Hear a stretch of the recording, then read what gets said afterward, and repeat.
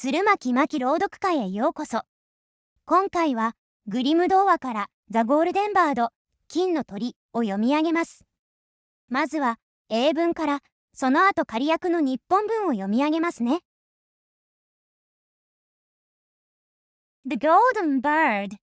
A certain king had a beautiful garden, and in the garden stood a tree, which bore golden apples.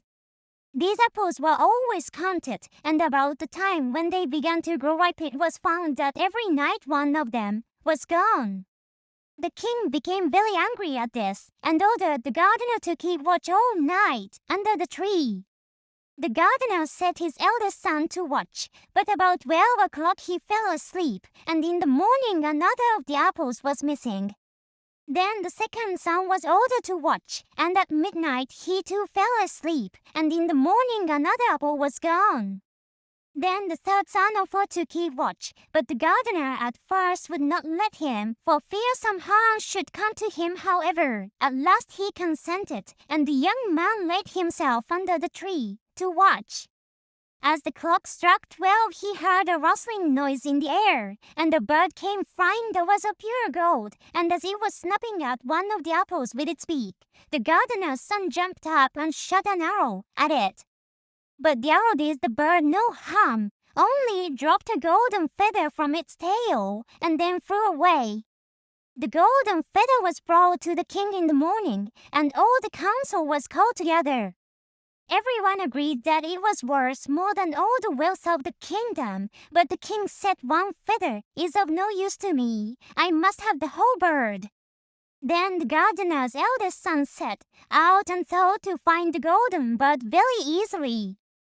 And when he had gone but a little way, he came to a wood, and by the side of the wood he saw a fox sitting. So he took his bow and made ready to shoot at it. Then the fox said, "Do not shoot me, for I will give you good counsel. I know what your business is, and that you want to find the golden bird. You will reach a village in the evening, and when you get there, you will see two inns opposite to each other, one of which is very pleasant and beautiful to look at. Go not in there, but rest for the night in the other, though it may appear to you to be very poor and mean." But the son thought to himself, "What can such a beast as this know about the matter?" So he shot his arrow at the fox, but he missed it, and it set up its tail above its back and ran into the wood. Then he went his way, and in the evening came to the village where the two inns were, and in one of these were people singing and dancing and feasting, but the other looked very dirty and poor.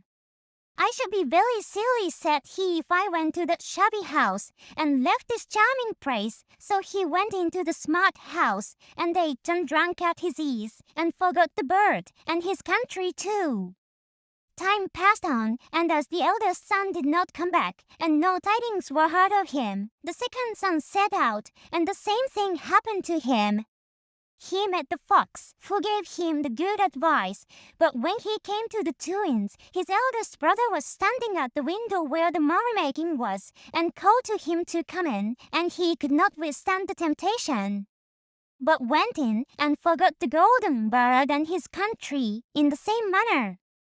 Time passed on again, and the youngest son too wished to set out into the wide world to seek for the golden bird.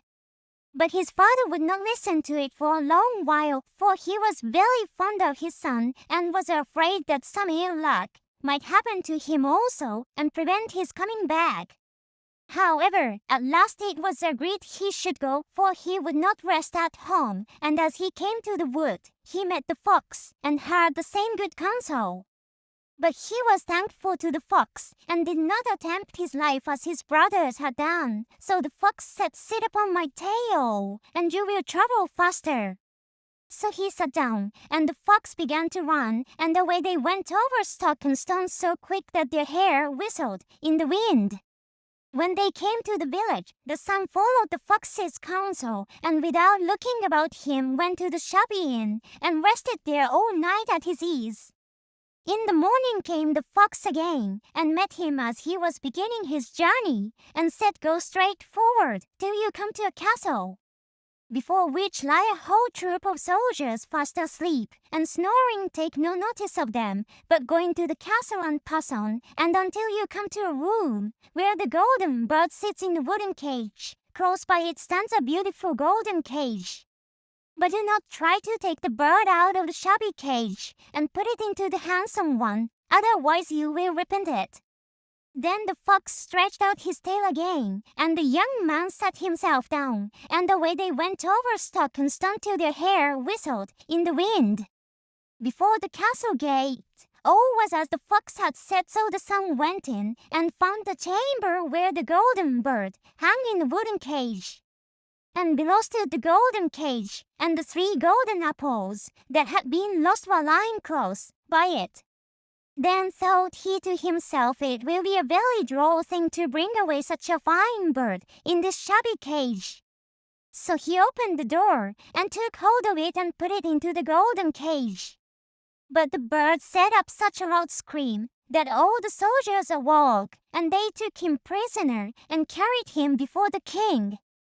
The next morning, the court sat to judge him, and when all was heard, it sentenced him to die unless he should bring the king the golden horse, which could run as swiftly as the wind.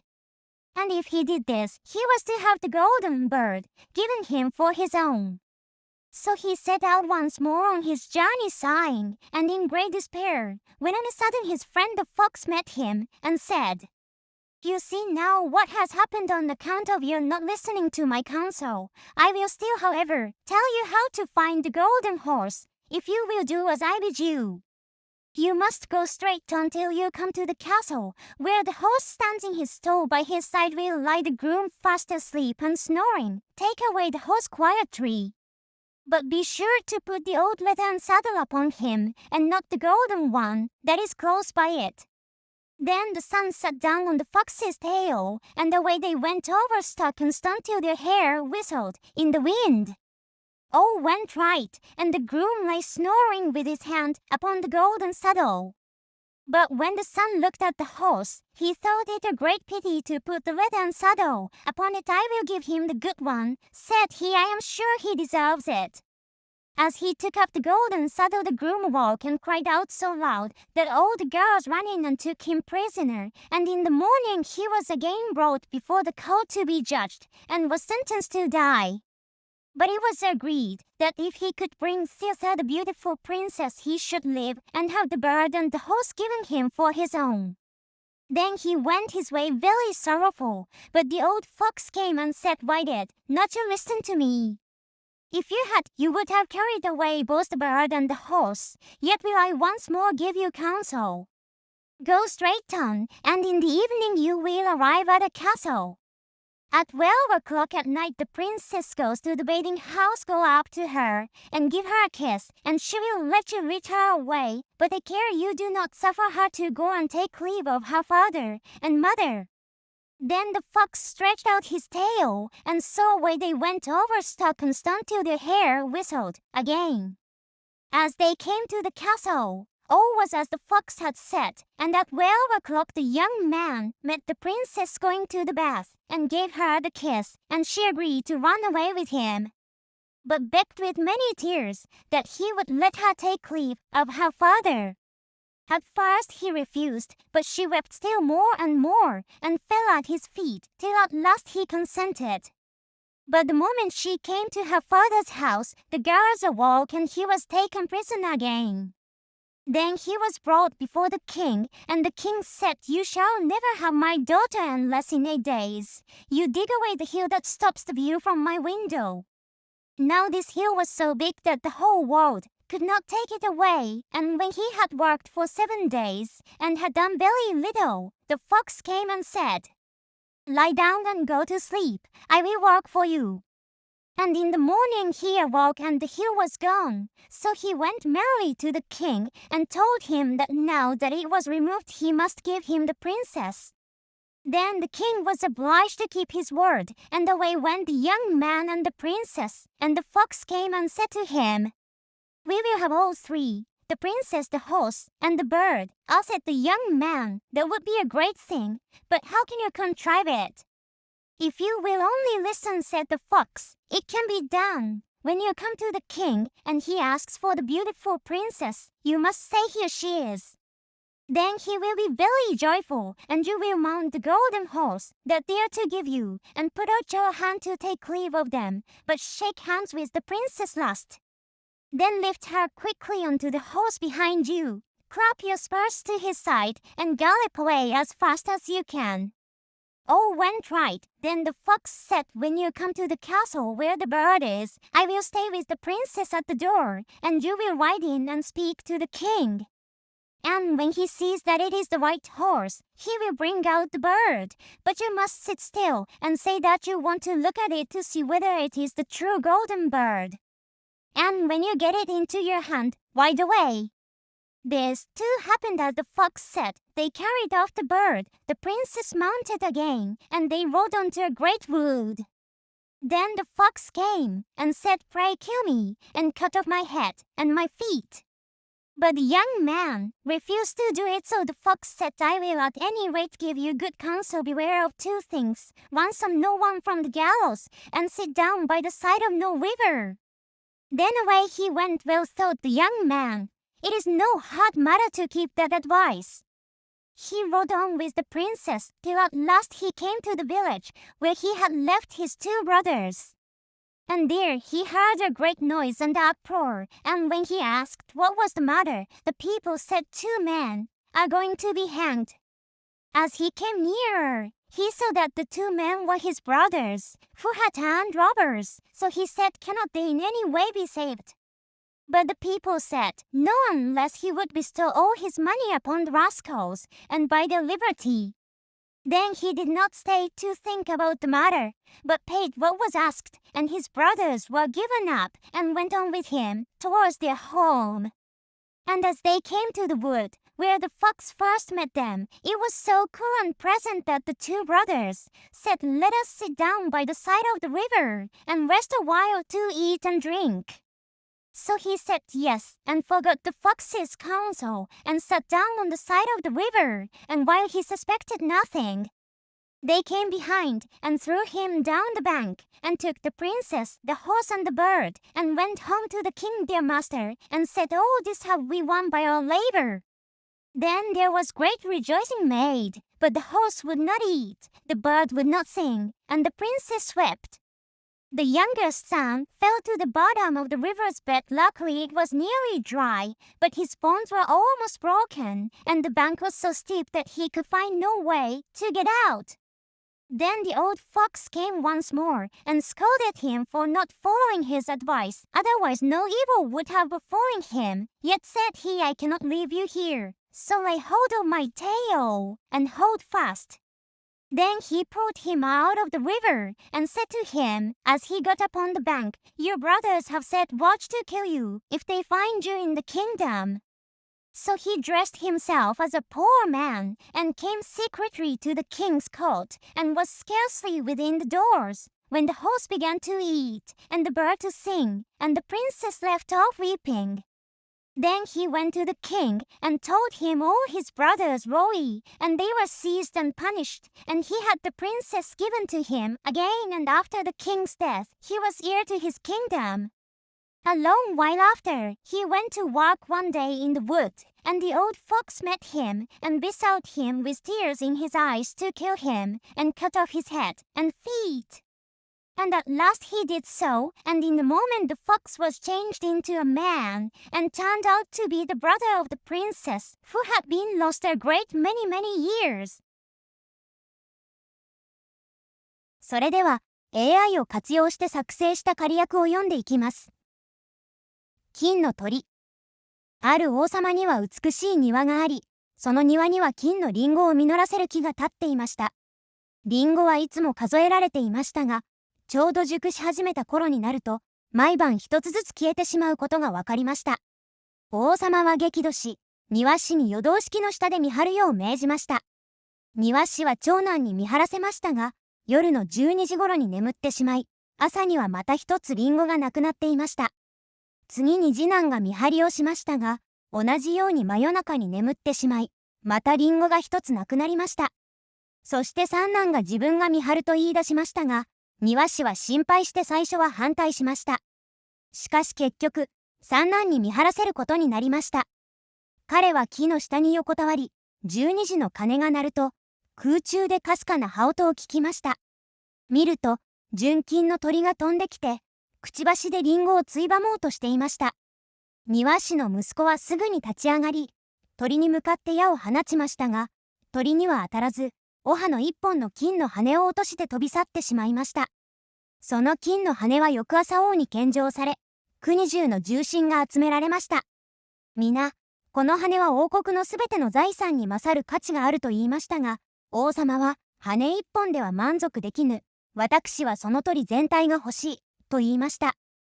こうして、庭師の長男が金の鳥を探しに旅立ちました。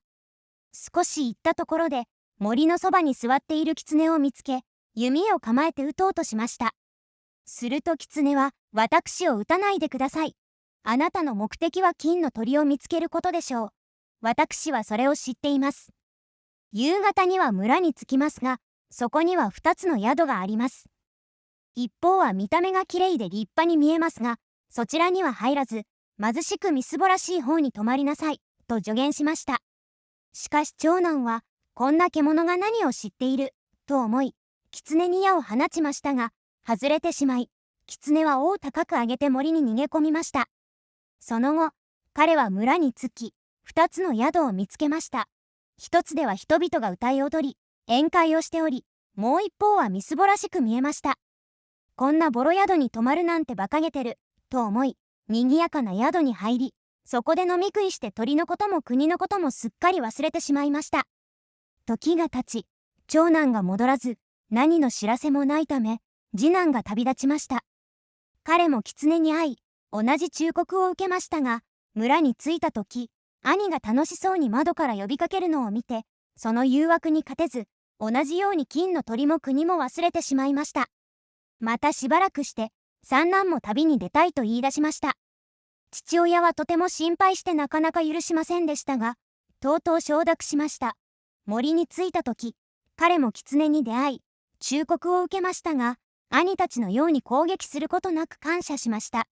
すると狐は、私の尻尾に乗りなさい。そうすれば早く進めます。と言い、彼を乗せて、風を切るように走り出しました。村に着くと、彼は忠告通りにみすぼらしい宿に泊まり、翌朝、また狐に出会いました。狐は、そのまままっすぐ進むと城に着きます。そこでは兵士たちが寝ているので無視して中に入りなさい。金の鳥は木の檻に入っていますが、そばには金の檻があります。それを使いたくなるでしょうが、鳥を金の檻に移してはなりません。そうしないと後悔します。と言いました。言われた通りに進み、鳥を見つけると、彼は、こんな立派な鳥がボロ檻に入っているのは変だ、と思い、金の檻に移しました。すると鳥が大声で鳴き、兵士たちが目を覚まし、彼は捕らえられて王のもとへ連れて行かれました。裁判の結果、彼は処刑されることになりましたが、風のように速く走る金の馬を連れてくれば命は助け、鳥もやる、と言われました。彼が絶望の中を歩いていると、また狐が現れ、私の忠告を聞かなかったからこんなことになった。でもまだ助けてあげる。馬のいる城に行きなさい。馬の横には金の蔵がありますが、古い革の蔵を使いなさい、と言い、再び尻尾に乗せて走り出しました。言われた通りに進み、馬を見つけましたが、彼は、こんな立派な馬にボロ蔵はかわいそうだ、と思い、金の蔵を使いました。すると見張りが目を覚まし、彼はまた捕らえられ、処刑を宣告されましたが、美しい姫を連れてくれば命は助け、馬も鳥も与える、と言われました。また狐が現れ、なぜ私の忠告を聞かないんだ。でも、姫を手に入れる方法を教える。夜12時に姫が風呂に行くから、そこでキスすればついてくる。ただし、両親に別れを告げるのを許してはならない、と言いました。彼は姫に会ってキスし、姫もついていくと言いましたが、泣きながら両親に別れを告げさせてほしいと懇願し、彼はついに許してしまいました。すると兵士たちが目を覚まし、また捕らえられてしまいました。王は、私の窓の前の丘を8日以内に取り除けば姫をやる、と言いましたが、丘は非常に大きく、とても無理でした。7日目に狐が来て、寝ていなさい。私がやる、と言い、翌朝、丘は跡形もなくなっていました。王は約束通り姫を彼に与えました。そして狐は、姫も馬も鳥もすべて手に入れよう、と言い、どうすればよいかを教えました。計画通りすべてうまくいき、彼は鳥も馬も姫も連れて逃げました。その後狐は、私を殺して首と足を切ってくれ、と言いましたが、彼は拒否しました。狐は、では忠告を2つ、公主大の囚人を助けるな、川のそばに座るな、と言って去っていきました。旅の途中、彼は兄たちが盗賊になり捕らえられているのを知り、忠告を忘れてお金を払い助けました。さらに兄たちは川のそばで休もうと言い、彼も同意して忠告を破ってしまいました。すると兄たちは彼を川に突き落とし、姫も馬も鳥も奪って王に差し出し、自分たちの手柄だ、と言いました。しかし鳥は歌わず、馬は食べず、姫は泣いてばかりいました。幸運にも川は干上がっており、彼は怪我をしながらも助かりました。そこへ狐が現れ、忠告を守らなかったからこうなったのだ、と叱りつつ、彼を引き上げました。彼は貧しい姿で王の宮殿へ行くと、すぐに鳥は歌い、馬は食べ、姫は涙をやめました。真実を王に話すと兄たちは罰せられ、姫と再び結ばれ、王の死後王位を継ぎました。長い年月の後、彼が森を歩いていると、また狐が現れ、お願いだから、私を殺して首と足を切ってくれ、と涙ながらに頼みました。彼はついにそれを実行すると、狐は美しい王子に変身しました。実は姫の長く行方不明になっていた兄だったのです。この黄金の鳥、ザ・ゴールデンバードの物語の教訓はいくつかありますが、主に以下のような点が挙げられます。1、忠告に耳を傾けることの大切さ。物語の中で、狐は繰り返し、正しい助言を与えます。しかし、最初の兄たちはそれを無視し失敗します。末の息子も何度か誘惑に負けますが、最終的に狐の助けで成功します。教訓、賢者の忠告を無視すると失敗する。謙虚さと注意深さが成功の鍵。2、欲をかきすぎると失敗する。末の息子が木の鳥かごでは満足できず、金の鳥かごに移そうとしたとき、また馬に革の蔵ではなく金の蔵を選ぼうとしたとき、いずれも失敗を招いています。教訓、見た目の華やかさや欲望に惑わされると、手にしているものすら失ってしまう。3、善行には代償があることもある。末の息子は兄たちを救うためにお金を払い、命まで助けましたが、最終的には裏切られてしまいます。教訓、善行は必ずしも報われるとは限らないが、それでも善であろうとすることに意味がある。4、最終的には正直と忍耐が勝つ。末の息子は数々の試練を経て、最後には王国と王女、黄金の鳥と馬すべてを手に入れます。それは、彼の正直さ、努力、そして途中での過ちを認め修正する姿勢によって得られたものです。教訓、正直であれば、困難を経ても最終的に報われる。物語全体としては、正しい助言に耳を傾け、欲にとらわれず、誠実であり続けることが幸せへの道である、というメッセージが込められていると言えるでしょう。最後までご視聴いただきありがとうございました。誤り等を見つけられましたら、コメントでご指摘いただけるとありがたいです。この動画が少しでもあなたのお役に立つと嬉しいです。このチャンネルでは、いろいろな版権フリーの文章を読み上げていきます。もしもお気持ちが許せば、高評価とコメント、チャンネル登録等をお願いいたします。またお会いできる日を楽しみにしています。